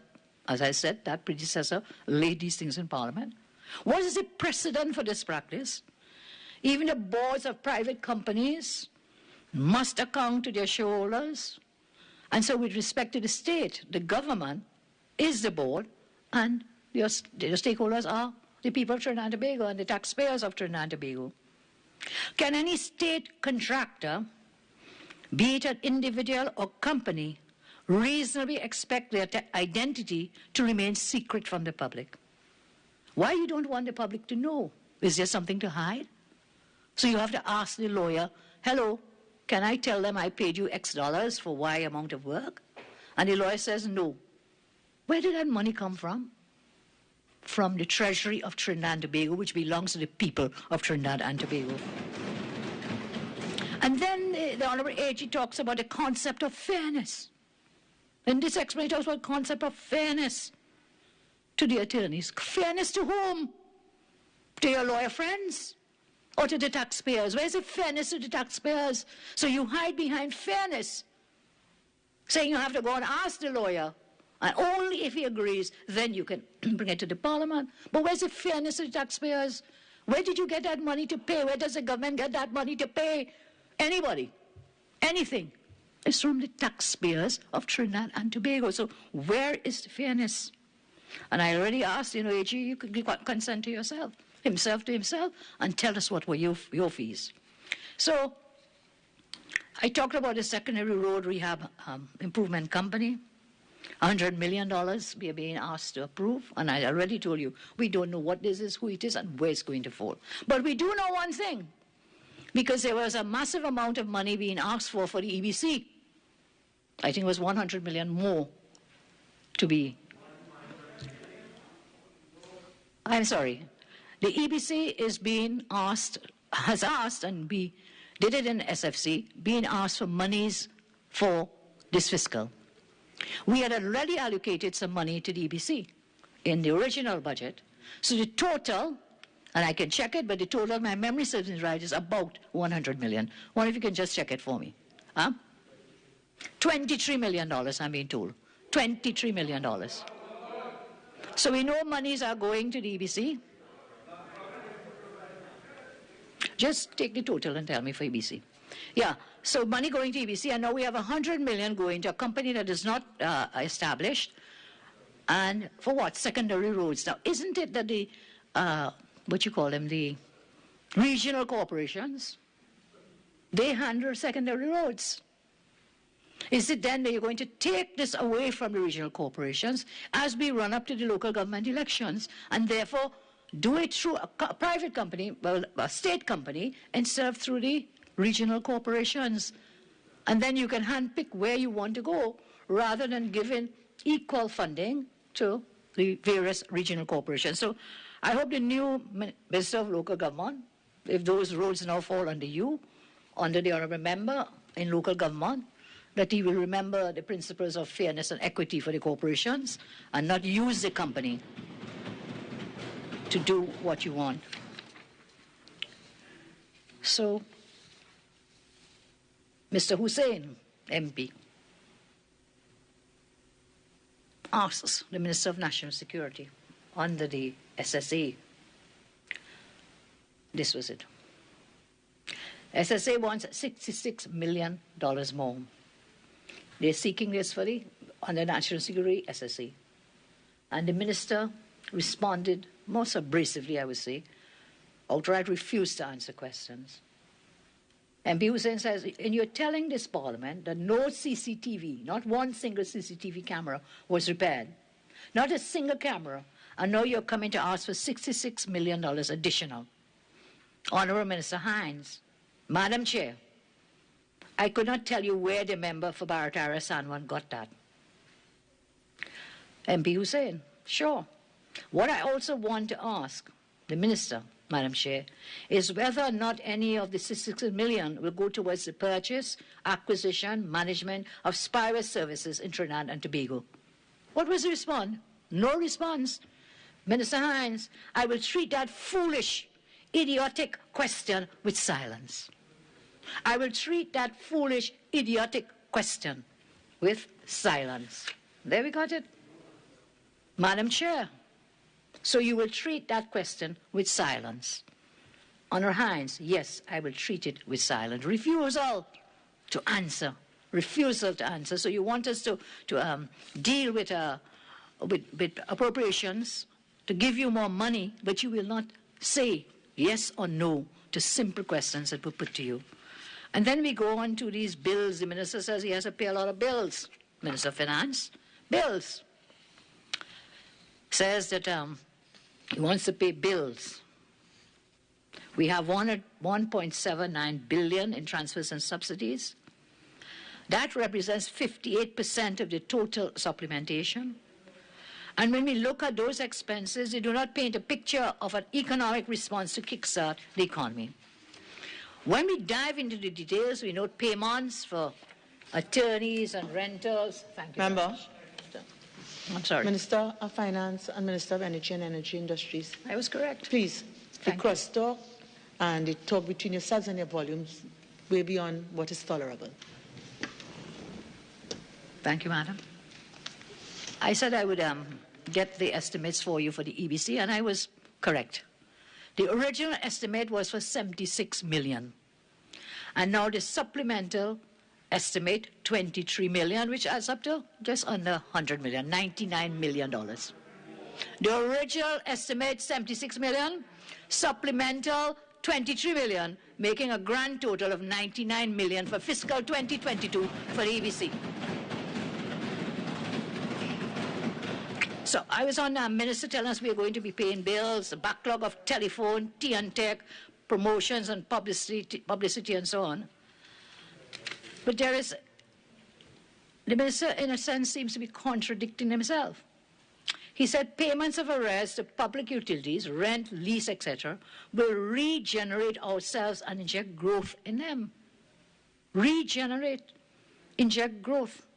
However, on the parliamentary record, the minister had said an emphatic no to these arrears, putting companies into red and into bankruptcy.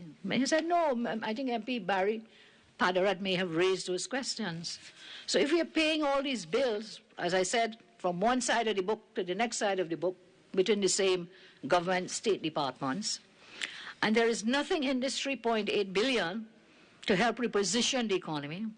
In other words, no contribution to address the foreign exchange crisis, nothing about rationalizing the cost of custom duties by applying sensitive rates given the effect of the higher shipping costs and so on. From this 3 billion, government could have focused on contributing to retooling the education sector, which so vitally needs it. We are already losing tech entrepreneurs to Caribbean counterparts. YPay, or WePay, a leading regional fintech, relocated last August to Jamaica. That should have been a sign that our government's policies are not good for entrepreneurs. The government did not decide to recant from their poor decision of denying the laptops. And so there's no support for major economic sector to stem the loss of jobs, the tide of the loss of jobs. They have abandoned, as I said, the concepts of game changers. And when we look 15 to 20, we have been hemorrhaging with the FDI instead of gaining any FDI. So these arrears date back, those utilities and so on, as I told you, since 2018. So I don't see where you're going to get anything to inject in the businesses and cause growth for those businesses. That's not going to happen, Minister. That is a pipe dream, in my respectful view. So we move along now to some other areas. Public debt. The Minister spent a lot of time on public debt. And I'm sorry, Madam, are you trying to get my attention? Thank you. Public debt. Well, the Minister gave some numbers. Again, I don't trust those numbers because we've seen where they've not been correct in the past. As at September 30th, 2021, the Auditor General, I'll put my faith in the Auditor General, places gross public sector debt at $141.8 billion. $141.8 billion as of September 30, 2021. Well, that's just a few months ago. That's like 5 to 6 months ago. And when we look at the central government public debt, we see fiscal ended 30th September 21, 96.7 billion. 96.7 billion.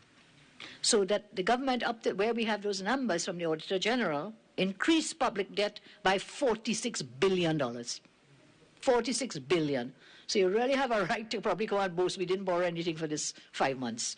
But we still have some more months to go in the fiscal year. So we will await that grand total at the end of it. The debt burden on the economy is very high.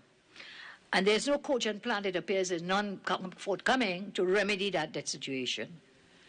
The further allocation of $3 billion of spending will bring the question about the state of our debt burden. We came out of the pandemic with an economic transformation plan. I wonder what happened to that, the roadmap to recovery something. What has become of that great plan? What has happened to it? No plan. Apart from this debt burden, government has a high debt service obligation. And let me tell you, Madam Speaker, on this supplementary appropriation, Minister spoke about public debt and boasting about it. Right here in this SFC, we saw they wanted money to pay to service loans. How much? Out of that money being supplemented, $291 million is to service debt, meaning to service things, the monies they had borrowed. And so we saw on the head 13, the Office of the Prime Minister, interest payment on a treaty 500 million loan, UDICOT. There's just the interest now, you know. In some of these instances, the money that you're now asking for, they are going to pay just interest, so the debt remains there. So we're borrowing money to pay interest, to borrow more money, to settle debt. Head 13, I said, UDICOT, interest payment on TT $500 million, you have to pay, if a loan payment, $5.271 million. On the health, Head 28 in the supplementary, NIPDEC, RBC bank principal payment of $17.7 million and interest of $4.9 million loan for procurement, storage, and distribution of pharmaceuticals. So a total of $22.673 million to do what? To pay loan. Head 77, EMBD, principal on $90 million loan. You're asking for $56.2 million. What? To pay principal of a loan that was taken. Under Head 80, Tourism and Culture, NCC, principal payment on TT 100 million, 2-year loan. You're asking for $20 million to pay money on this NCC loan. So under tourism, you have it under Head Tourism and Culture, but it's really something that NCC did. 2-year loan. Head 39, Ministry of Public Utilities, principal and interest on a US $60 million loan to meet payments. Amount being asked for in total, $161.3 million. All of these money is going towards paying principal and or interest on loans taken by governments. So therefore, that's not going to bring any growth. That's not going to inject whatever the minister said. This $291 million to pay loans is not going to inject anything. Because you're paying interest here, and then you'll come again and you'll refinance some of these loans. That's what has been happening. Refinance, and the interest keeps going up. Here's another one. Head 39, Ministry of Public Utilities, US $25 million loan facilities to settle an outstanding balance of an existing revolving credit facility. How much are you asking for here? $16.4 million. On the Head 61, Housing, UDICOT principal payment on a TT 51.1 million loan, a 1.5% 3-year fixed rate term. You're asking here for $8.9 million to pay this. Head 61, Housing, UDICOT interest payment on a loan, you're asking for $303,663. Grand total money that you're just putting on paper is $291.2 million. So out of this big $3 billion, that is sunk. That money is lost money, sunk money, spent already, that you're now paying for loans over periods of time. So government paid last year, madam, last fiscal, they paid $10.75 billion, not million, $10.75 billion in charges on account of the public debt. Understand this, you know. Understand this, $10.5 billion in charges on account of public debt in the last fiscal year. Clearly, some type of restructuring of the public debt needs to take place so that we can reduce this annual payment on account of the public debt.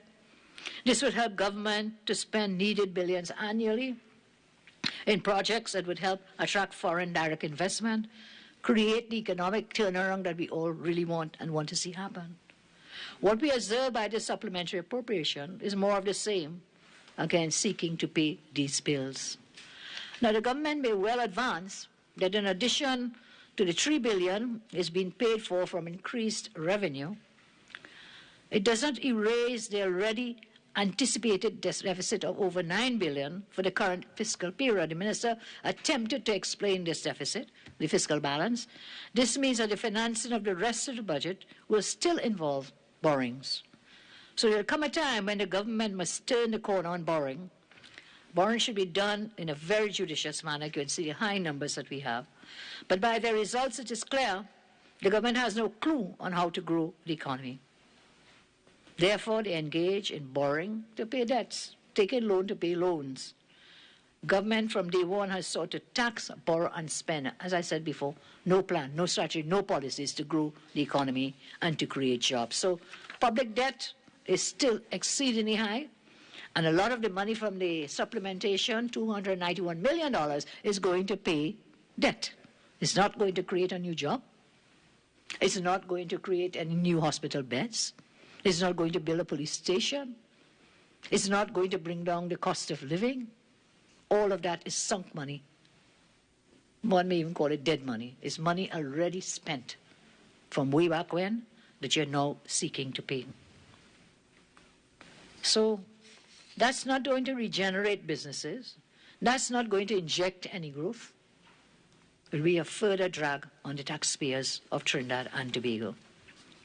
When we look at the Minister talked about statistics and how this so great statistics. What happened to that National Statistical Institute bill that you brought in 2018, which was to help deal with getting reliable and credible statistics? I understand it went to JSC and lapsed, and since 2020, it never been brought back. But we need it because we don't trust the numbers thrown out by the government. We don't trust them.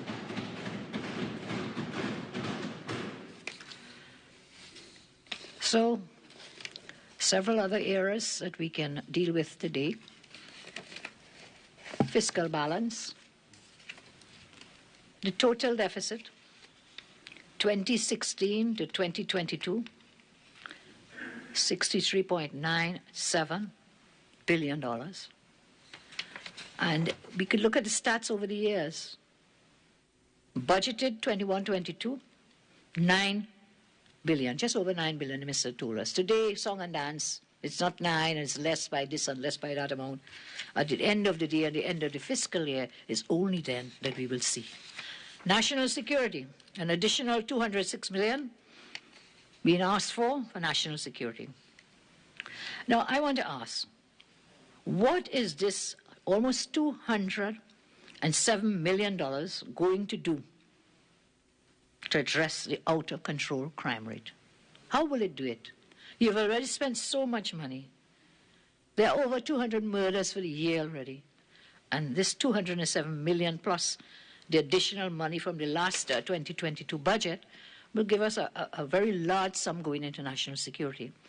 What is the purpose of all these billions when people cannot feel safe in their homes? You know, I heard a reporter from Central, a former reporter, dragged out of her home, beaten on her head. I mean, in her home, in the night, sleeping in your bed, dragged out. She's not the only one. Many home invasions, murders, abuse of children. So how is this going to help us? I hope the Minister of National Security will not choose to answer these questions in silence, and that he will tell this Parliament how he intends to use the additional $206 million. So you have serious questions to answer. Out of the money, 66 million was going for SSA, and I asked things about that already. So what? What is going to happen now with the rest of the several millions that the minister is asking for national security? And I want to ask again the question my honourable colleague MP Saddam Hussein asked you. Is any of this any of these millions going to be used to buy spyware and malware? If not, how much was already spent from your fiscal 2022 budget? The country deserves answers as to what you are doing with their money. And when we come to the Office of the Prime Minister, well, look at what happened here. The Office of the Prime Minister is requesting almost $60 million additional dollars in this supplementary. $60 million of public money, in addition to a $559 million that was already allocated from the budget last year. What is this for? They're asking for $2 million to do what? To spend on something called promotions, publicity, and printing. $2 million. This is on top of the already $4.5 million allocated in the last budget, so $4 to $6 million on promotions and publicity. And there was a strange line item in the estimates for the supplementary about to do what? To promote the government's vision, to pay for publicity and printing to promote the government's vision. But you have none. So I don't see what you're going to promote, what you will try to promote. And promotions, publicity, and printing, $2 million, in addition, as I told you. And then this is at a time when every single parent in this country is struggling to pay for textbooks and school uniforms to send their children to school. You have spending $6 million to print and publish what? Your vision of a visionless government. That's what it is. Another item, I was flabbergasted by this one. The Point 14 Highway Commission of Inquiry legal fees. Has that even started? We've been hearing about it 2 years, I think, now. Has that even started? And in the estimates 2022, $1,600,000 was allocated. And now you're asking for $5.8 million, an increase of $4.2 million for this commission inquiry. Now, this is really bizarre. It is beyond bizarre. As far as I'm aware, this commission has yet to do any work. So if you got $1.6 million from since last year, October, you spent all that already and you're coming for what? An additional $4.2 million. For what? We are told that there are $9 million for legal fees. Again, to whom, for what, why, when, where? Can't get those answers. What is that $9 million to pay which lawyers? Will they consent? You had to go and do fairness and ask, hey, my friend. Yeah, that's how we say it, my learned friend. That's how the lawyers speak to each other. My learned friend, will you please consent and tell us how much money you got for that work that you did for the EMBDC? Was it 65 million? 61 million? The legal work being done by WPC, what is her name? Kate or somebody. How many millions they're being paid? They have to consent before you could answer that question in this parliament. Taxpayers' money. I was very disappointed again when MP Saddam raised the question. I've shared with you what the response was.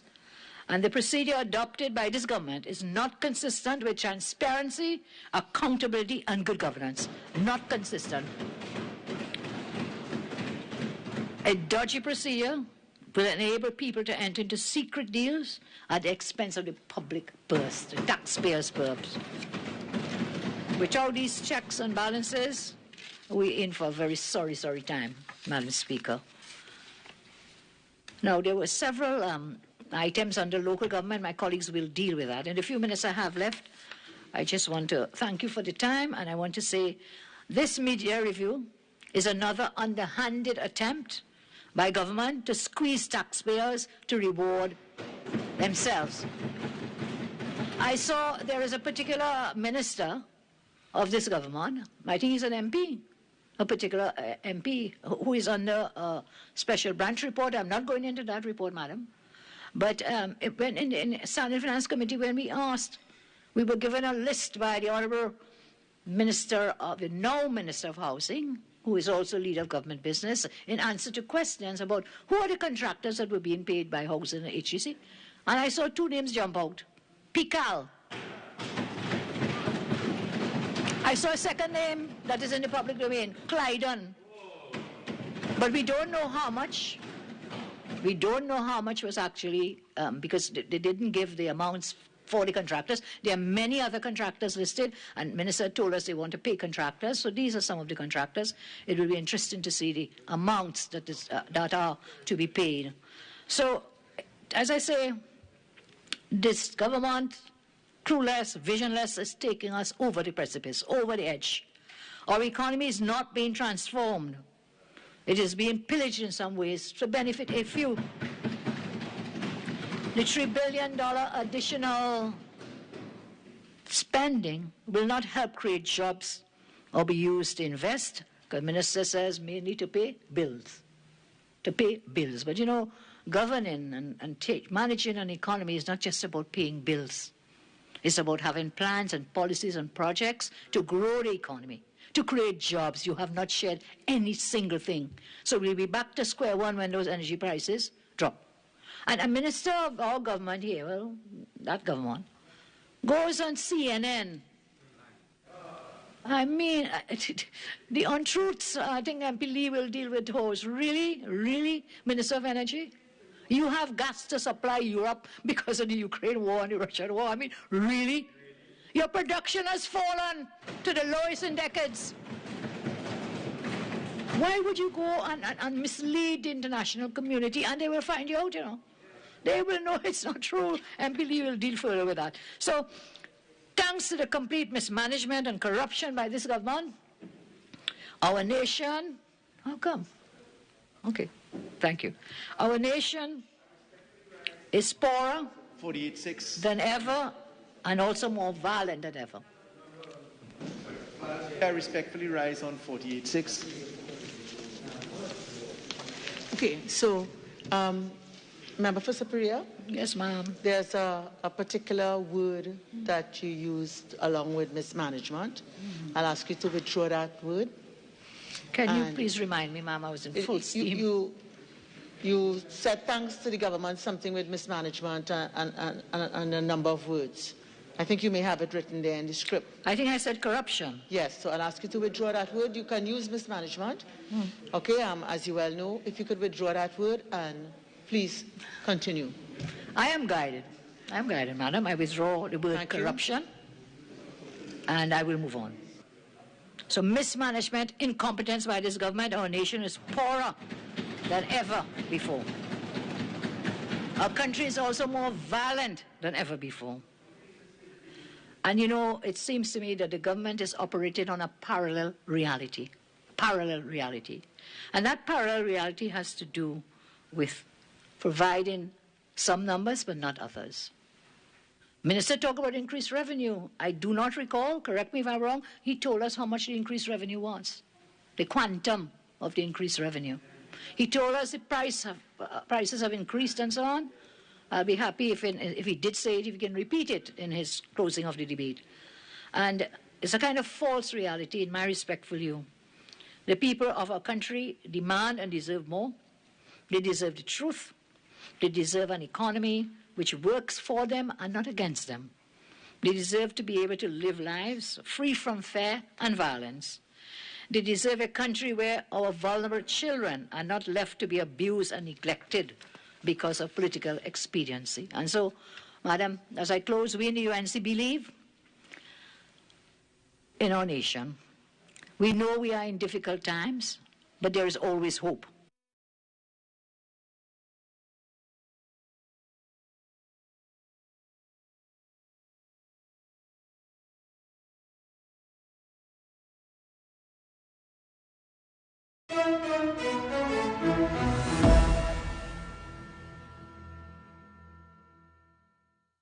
If it matters to you, it matters to us. We report the news. News in real time. TDT News, first at 6:30 p.m.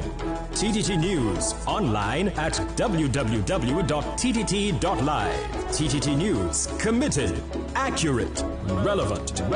TDT News, nightly at 6:30. This is how you play New Instant Millionaire. To play, simply scratch the dollar signs and shield symbols in the main area to reveal your winning numbers and potential prizes. Match any of your numbers to any of the winning numbers to win the prize shown below. Reveal a money dollar sign symbol and win double the prize shown. Reveal a money stack and win $1,000, or find a stack of coin symbol and win $500. This is your chance to turn $100 into $1 million. Plus, there's over $25 million in cash prizes to be won. Prizes start at $150. Join the Millionaire Club. Play New Instant Millionaire today.